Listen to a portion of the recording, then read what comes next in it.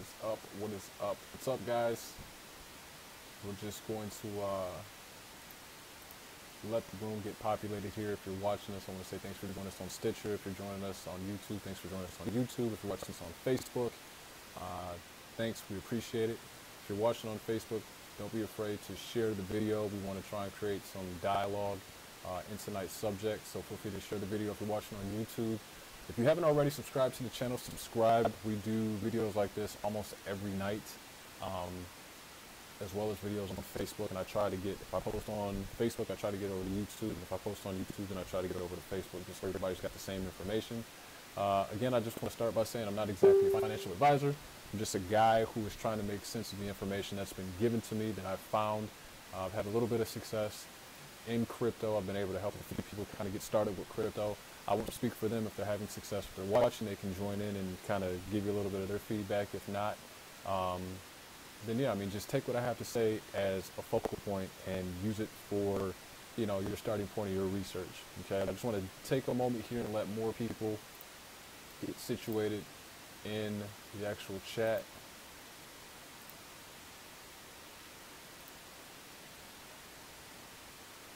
Piccadilly 27, how's it going?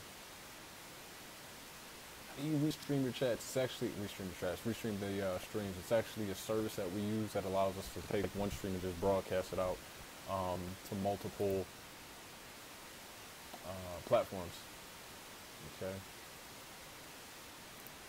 Yeah, just want to give people a moment to come on, pile on in.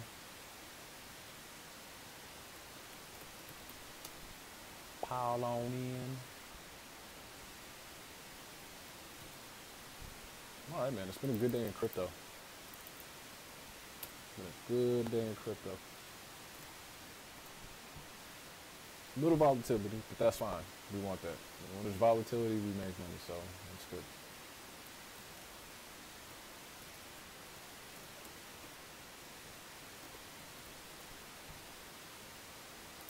Making a little bit of money. Making a little bit. Yeah, man, I'm always down to make some money, like always. Just want to check my audio here, make sure you guys can hear me. If you can, just let me know. If not, also let me know if you guys can hear me. If you can, so make sure this is coming in clear. Yep, I think that's coming in pretty clear.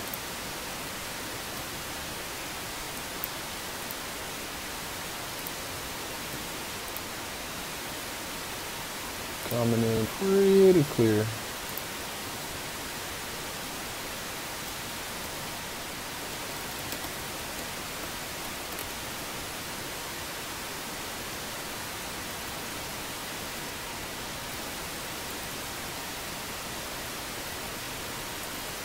Again, just want to take a moment here and let folks come on in. A lot of times it's on the delay, and when I go live, then it takes a little bit of time for people to see that, oh, I'm going live, and they can't exactly get in right away.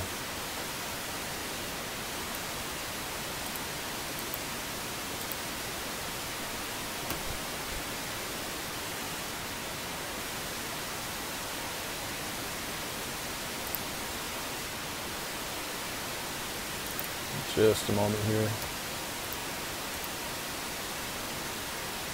Kuda 2727. No, man, I didn't actually get a chance to go to the event down in Santa Clara. It was, from what I understand, it was very, very eventful. And there were a lot of power players in the building. And nobody was walking around like they were, you know, big or bad or, you know, full of themselves. It was a place where people could really go and learn some stuff. Okay.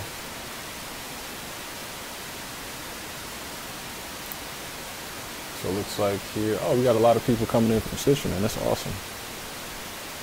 Live stream and really stream. And Facebook is actually, should be streaming on my channel or on my page, one of them. Yeah. Okay. So we're going to go ahead and do the reaction video. Again, a friend of mine asked me just to kind of watch the video, see what I thought of it. He said there were some things that I might have a response to. He knows I can be very opinionated on some things, and that's fine. So we'll go ahead and, you know, just have a little bit of a look, see, and see what Mr. Jim Rickards is saying on the video where he's talking about gold versus Bitcoin. So let's go ahead and start this. I just want to play it again. If you guys can hear it, just let me know in the chat. If you can't, let me know in the chat as well. That way I can adjust the volume as needed. I see I might be a little rich here, so let me just turn this down a little bit. Hopefully that's coming in good for you guys. I do hope that it is. I do hope that it. All right, so it looks like that's coming in just fine. All right. So what I'm going to do is go ahead and play this, and we'll go ahead and take a listen together. Hi, I'm Jim Rickards, editor of Strategic Intelligence. I'm going to talk today about gold versus Bitcoin. It's a very popular debate. I'm happy to say that gold and Bitcoin are both forms of money, but it's a liquidity preference. Which happy to say that gold in a crisis. So we've been talking a lot about gold versus Bitcoin. Everybody has. You love gold. How do you feel about Bitcoin? How does the two compare? Personally, I'm very skeptical of Bitcoin. I know what the price action is. It's going up by 10% a day at this point.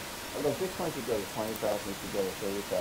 It's on its way to zero, somewhere between 0 and 200. So you put it into criminals, terrorists, money launderers, tax evaders. They'll always find some use for it. So it may not go all the way to zero. So right off the bat, I just want to jump in and say, really within the first, I don't know, 30 seconds, he did a fine job of discrediting himself. It's not people who are trying to be tax evaders or people who are smuggling drugs or people who are running firearms that are using Bitcoin. There's a lot of legitimacy that's surrounding Bitcoin, so much in fact that there's currently more accounts now on exchanges like Coinbase than accounts at Charles Schwab. Okay, so that's not 100% accurate. I think a lot of people are attracted to Bitcoin because of the opportunity that it represents, but I don't want to go too far off on the tangent. I just want to say that he did a fine job of discrediting himself right there off the bat. So let's go ahead and take a look and see what else he has to say. Hopefully there's no more outlandish things. It's clearly a bubble. It looks like the second biggest bubble in history after the Tulip Mania, although the rate is going to affect Tulip Mania in a matter of days.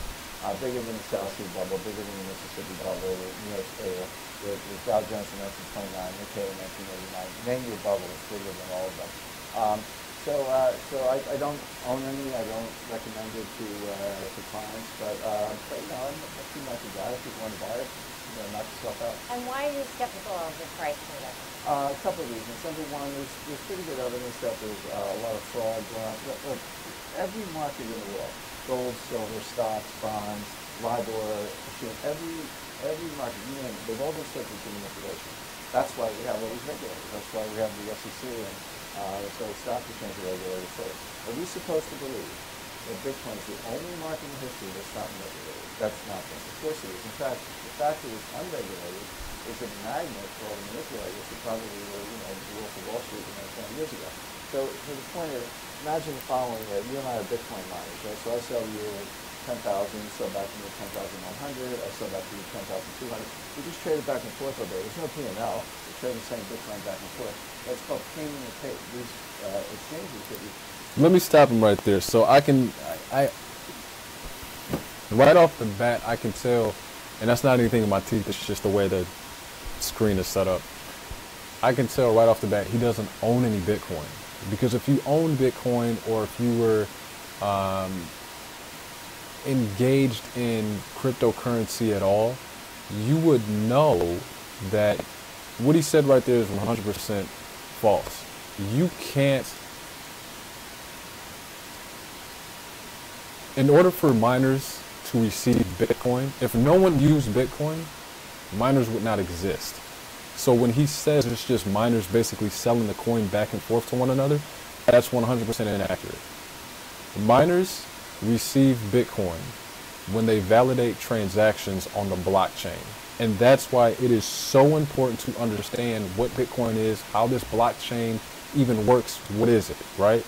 Basically, if you and I engage in a transaction, the miner's job is to make sure that the funds that are coming across the network are basically legitimate. Like there's no fraud, fake transactions that are taking place. If no one interacts with each other and does transactions, the miners, you can't mine a coin that's not being used. Okay, it's not like they're just digging it. Oh, I found a coin. That's not the way it works.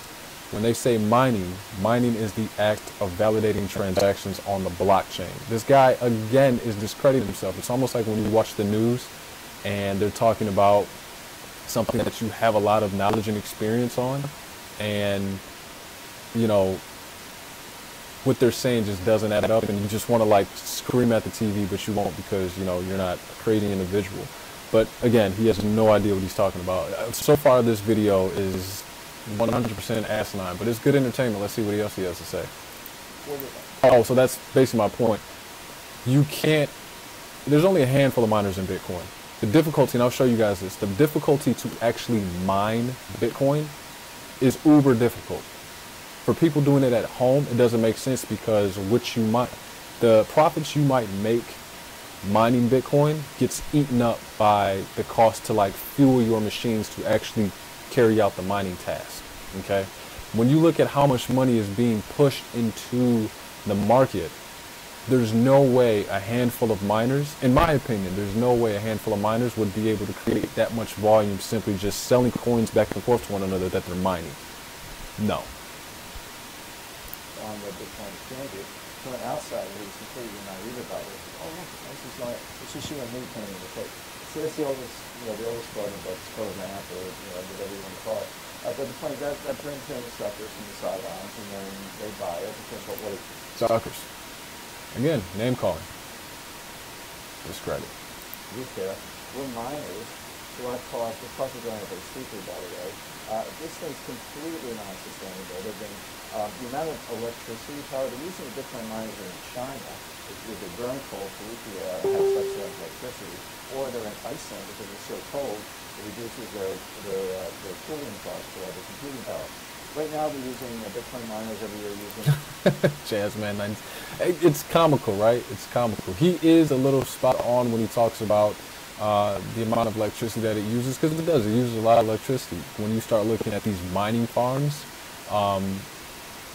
yeah, but then again, that's what happens when you have one centralized location that's basically doing all of the mining. Of course, the electricity consumption is going to go through the roof.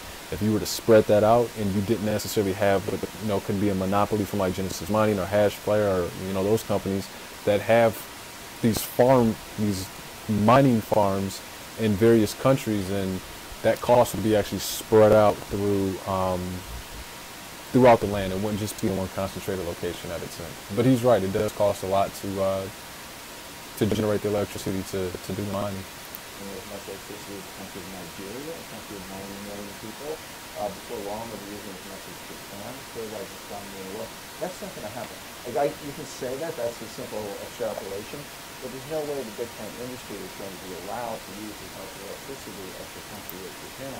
But that's how much you need to mine the Bitcoin. So they're going to hit a wall in terms of total Bitcoin output. At that point, the miners have no incentive to mine. Who's going to validate the blockchain? Are they going to charge a fee? Oh, fine, that's not a Wells Fargo, that's a bank fee. So where's the advantage if you know where you go? And when you talk about the electricity costs and other costs of mining, and some people equate that with the value of Bitcoin, where do you stand on the valuation period? Yeah, that would be like taking electricity and mining costs. That would be what we call intrinsic value, which is not how we value anything since 1879. David Ricardo came up with the theory of intrinsic value around 1812. Karl Marx took the ball and ran with it. He said, yeah, intrinsic value, but capitalists control the means of production, so they extract excess value from labor, labor doesn't get their fair share. All of that's nonsense in terms of how we value things. This is everything that Karl Marx in 1871 in New York was again at. He came up with a subjective theory of value. Something worth what anyone would pay for it. If I'm a miner, say a gold miner, a real gold miner, and my That's kind of the story with anything, though. $100 an ounce, and the market for gold is $1,300 an ounce, you don't care about me. You say, oh, Jim, I'll pay you $1,300. I'm not going to pay you $1,400 just because your costs are higher. That's your problem. So intrinsic value is meaningless. What does matter is subjective value.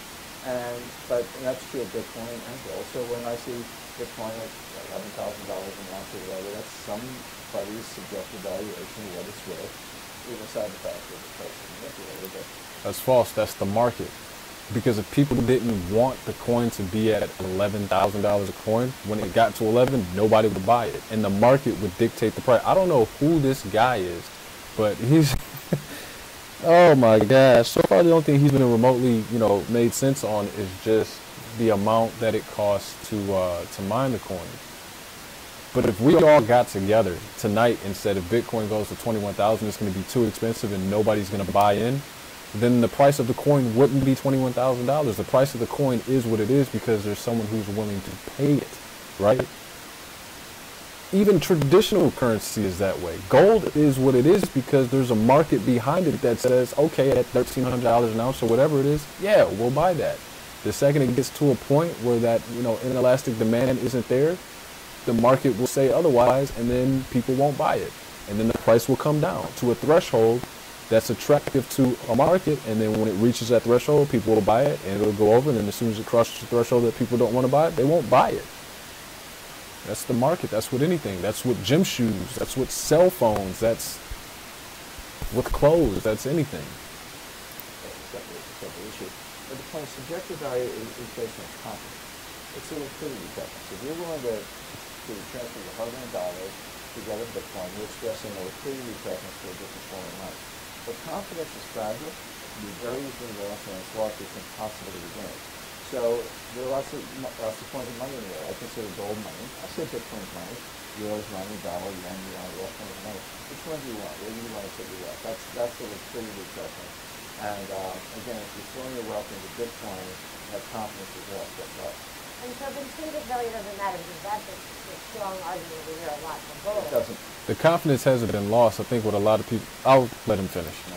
So then what is, at all liquidity preference, what makes gold more valuable in your eyes? Well, basically, it's Bitcoin has never weathered a recession or a financial crisis. Bitcoin was created because of the financial collapse that led to a recession. Because bankers who print money that's not even backed by gold anymore got carried away, among other things. So Bitcoin was, in a sense, the answer to the market just going willy-nilly. And a lot of people have confidence in it because, yes, there's only a finite amount of Bitcoins, which is another reason why the price goes up, right? Our money's not backed by anything. So to say, okay, Bitcoin's not backed by anything, it's intrinsic value, our money's not backed by anything. It's a one-to-one. Yes, Bitcoin was invented in 2009 after the financial collapse that the United States had. Because, God, we needed a different answer because things were getting crazy. Well, Bitcoin was invented in 2009. We have not had a recession or a financial crisis in 2009. It was created after the fact because we looked at the scandalous behavior that led us to the financial crash, and someone said we need a better way. In 2008, 1998, and many others throughout history, 1929, 1876. The technologies didn't even exist in those times to even make the coin. Maybe the person hadn't even had the idea yet. This guy, oh my gosh. I know how all the other asset classes perform in habit. Not just gold, but gold, stocks, bonds. You can see how they perform. You've never seen Bitcoin's performance in a financial crisis. That's a big uncertainty right there. Leaving aside the criminality and the electricity usage and the fraud, paying your paid. So now this money guy's going to talk to us about ethics. Oh, it costs so much to gather the electricity to, okay, what did your people do when they were responsible for, walking the U.S. economy off a cliff? Like, let's not get into an ethics bout here. Who's behind this exchange? Leaving aside all those issues, which I think are big ones, even just in a pure economic sense, we have no idea how Bitcoin will perform in time. My estimate is not very well. And what is one thing that caused the whole thing to collapse according to this? I think it's one of these frauds were exposed, and there's some research out there. Bear in mind, there's nobody kind of looking into these things. There are no regulators. The one big thing which I do expect is, say you bought a Bitcoin for $1,000 and you sold it for $8,000, or a couple days ago, or exchange it. You have a $7,000 gain you have to put in your tax return. It's no different than buying IBM at 150 and selling it at 180. You got to put the $30 gain on your tax return. How many Bitcoin sellers are putting these gains in their tax return? I don't know the answer. That's not Bitcoin's fault. You think everybody reports their capital gains taxes due to a sale of stock? No. So if you're upset at the fact that, because your capital gains tax is going to be higher because Bitcoin sells higher than a traditional stock, like that's not Bitcoin's fault. So let's not misconstrue the matter. My guess is right here. If you don't, you're a felon. That's a felony. It's how Al Capone ended up in Alcatraz. And people say, oh, the IRS will never catch him. Believe me, I was a tax auditor before I was schools or as tax counsel at Citibank. The IRS will track you down. They'll break you down. People, Americans who have offshore bank accounts in Switzerland prior to 5 or 6 years ago thought the IRS could never find them either. And they did. You were one whistleblower took a CD with all the names and handed it to the IRS, and some of the people in jail. They've arrested brothel owners for tax evasion by counting the laundry bill. They say, they put the burden of proof on you. They say, no, we estimate your taxes are fine. Prove it's not. Burden of proof is on you. So they're going to change all these exchanges. They're going to request all the books and records. The exchange is going to give them up. Oil will be shut down. They'll be frozen. Remember, even if you're a Bitcoin exchange, you still have your point system connected with the dollar payment system, or the payment system. You got to get the money in to sell the people the Bitcoin. They can all be shut down. They can all be in a different. They can't be shut down. There's like a gajillion and one exchanges. If one goes down, another one steps in and takes its place until cryptocurrencies have no value. And if one goes down, another exchange is going to look at it like, oh, an opportunity to make money. Again, another point where this guy is utterly, utterly wrong. So all these things disclosed and the IRS is already authority to me. So between the SEC looking at Mr. Coin Company, the IRS looking at tax evasion, the FBI looking at criminality, and who knows what else is going on. You don't want to play in that space.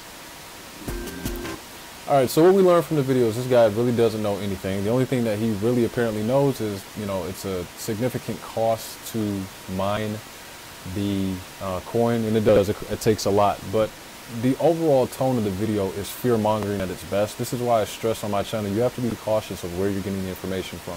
Don't even take what I have to say as the gospel. Use it as a foundation to kind of go out and, do your research, because at the end of the day, that's what's going to serve you best.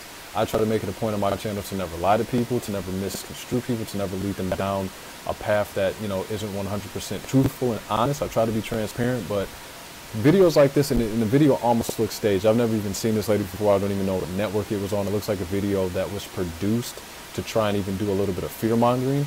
And unfortunately, unfortunately for these kind of people, there's a lot of smart people who are involved with Bitcoin who do a good job of putting information out so that people can kind of fact check and know what's real and know what's not. A lot of the facts that this guy talked about in the video are not real. Do we know how Bitcoin will do in a panic? Absolutely not. Do I think that it will, if it's being traded currently right now at 16,000, do I think it's going to stay at 16,000 during a panic? Probably not, but that's because people are going to want to go out and get their money. I mean, it's no different than in 1929 when there was a run on the banks, right? And everybody wanted to go to the banks to get their money, right? As time goes on, cryptocurrencies grow, they get older, they figure out how to do things more efficiently. The market kind of expands, or the space kind of expands to the market, and it performs better.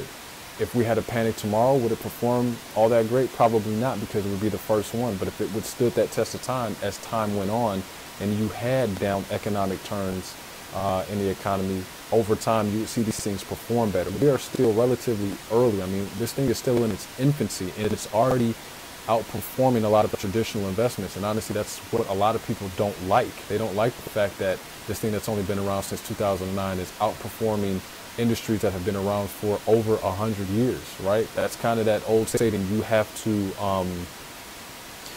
innovate, or someone will innovate for you, or they'll do a better job of innovating for you and take your market share. That's what you see here. A lot of people who have traditional investments that are starting to look over at cryptocurrency because of the opportunity that it represents. I was speaking with a gentleman here on a group on Facebook, and he was, you could tell that he was easily down on Bitcoin. And I'll be honest, a lot of times when I talk to people and they're down on Bitcoin, to me what they're saying is, I'm upset I didn't get in sooner, and I think I've already missed my boat. Well, if you already think that you've missed your boat without doing due diligence, you probably don't need to be in the space anyway, because you would know that even at the $20,000 high that we had today, there's still money to be made, because it hit 20, it dipped. If you got in on the dip, if you bought the dip, it resurged, and I think last time I checked it was at 17, so if you would have bought at 16 and now it's at 17 and some change, you would have made a little bit of money, okay? Yes, you have to take out a greater position in order to maximize your returns, but again, the greater your position, the greater your losses can also be. That's another reason why I tell people, if you're going to get in this space, Don't invest money that you need in the next 5 months. Don't invest money that, you know, you can't stand to lose. Whenever I get involved with crypto or, you know, any investment for that matter, I automatically assume my money is gone and I'm never going to see it again. And again, I'm not a millionaire where I'm putting like $20,000 into an investment. It's just the mindset that you need to have, right? So therefore, you're not over leveraging yourself and putting more money into something that you absolutely need to. I think that's just absolutely foolish. You've got to take your time. You've got to do your due diligence. You've got to do your homework. But at the same time, when someone is telling you something, you've got to be able to evaluate a good opportunity when you hear it and know when's the right time to move. Because a lot of you know that Bitcoin is a wonderful opportunity, but for some reason you're hesitant because you see the fear-mongering videos like this and you don't want to move on the opportunity. Well, the only thing that's going to do for you is in 10 years when this market, you know, should be around, is way more seasoned and way more efficient than it is now. You're going to kick yourself. Some of you are going to be looking for bridges to jump off of. Some of you guys are going to be looking for buildings to jump off of because you're going to look back and see the opportunity that you missed. How many of us wish we could have got in on Tesla stock? I do, but I wasn't in a position to do it. I wasn't even in a position to get in on a Google stock or Apple stock, right? Now, granted, again, money could be made in those, but from the stock market, when we look at how much time it takes to even see moves being made, it takes a little while, right? With cryptocurrency, I think part of the allure is that it can happen so fast. And when a lot of people say, well, it's not a traditional investment. No, it's not a traditional investment. But if you understand the opportunity that's before you, you can take your gains that come out of this. If you're smart, you can take the gains that come out of this and you can put them into more traditional investments that have a history of showing strong performance. All it does is it increases your buying potential. It increases your position that you're taking, right? Why go to work 10, 20 years to, you know, save a little bit of money to put into a market where if we have another, you know, economic crash, it's going to collapse, and it's going to collapse because that's just the way economies move. We have upticks and we have downticks in the economy, right? But why take more time than you need to be able to have a position or to be in a spot where you can put money into that when you have an opportunity like this where it won't take as much time? If you're not born rich, if you want to get rich, you've got to figure out how to shorten up time. Great opportunities where you can make a lot of money or maybe even lose a lot of money in a short period of time, they shorten up time because it allows you to buy more sooner. So that's my take on it, guys. I'm going to jump over to Facebook, show those guys some love. You can follow us over there if you're watching on YouTube, Stitcher, or Ustream. I'm going to go into a little bit more depth, probably reiterate some of the same points that I've made here. And we're also going to talk about ICOs. We're also going to talk about, what else are we going to talk about? Oh yeah, some of the Bitcoin futures that's going to be happening on Sunday. Again, I want to try to keep you guys as up to date on this as I possibly can because there's a lot of information that I want you guys to have. So I've been streaming here for, I don't know, it says 57:17, but I don't know if that's right. Close to an hour maybe, I don't know. But I'm going to jump over to Facebook, show those guys some love on a dedicated stream, allow them to kind of get in and ask some questions because the chat here is a little wonky and I want people to try and get answers. Again, guys, I do this for us to try and create a dialogue and to make a little bit of sense out of this. If you buy Bitcoin or not, it doesn't affect me one way or the other. It's simply just I don't want anybody to be in a position where they can say nobody ever told me. Okay. Yeah, so if you like the video, hit the like button. If you dislike the video, hit the dislike button. If you want to see more content like this, feel free to hit subscribe and make sure you turn on post notifications so that you are notified whenever I go live or whenever I upload a new video so you can stay current. Till next time, guys, take it easy. See ya!